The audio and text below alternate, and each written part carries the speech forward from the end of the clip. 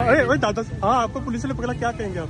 मैं ये पाकिस्तान तहरीक इंसाफ के झंडे लेकर अपने जो वर्कर है पीटीआई के उन्हें देने के लिए आया हूँ। तो वहाँ पर एसपी साहब ने, एसएचओ किला गुजर सिंह साहब ने मुझे धर लिया और गाड़ी में बिठा लिया और मुझे ये कहने लगे कि तुम इमरान खान को सपोर्ट क्यों कर रहे हो, किसके कहने पर कर रहे हो? वो यार हम जो हमें इमरान खान ने शऊर दिया, हम इमरान खान के लिए नहीं पाकिस्तान के लिए यहाँ पर आए हैं।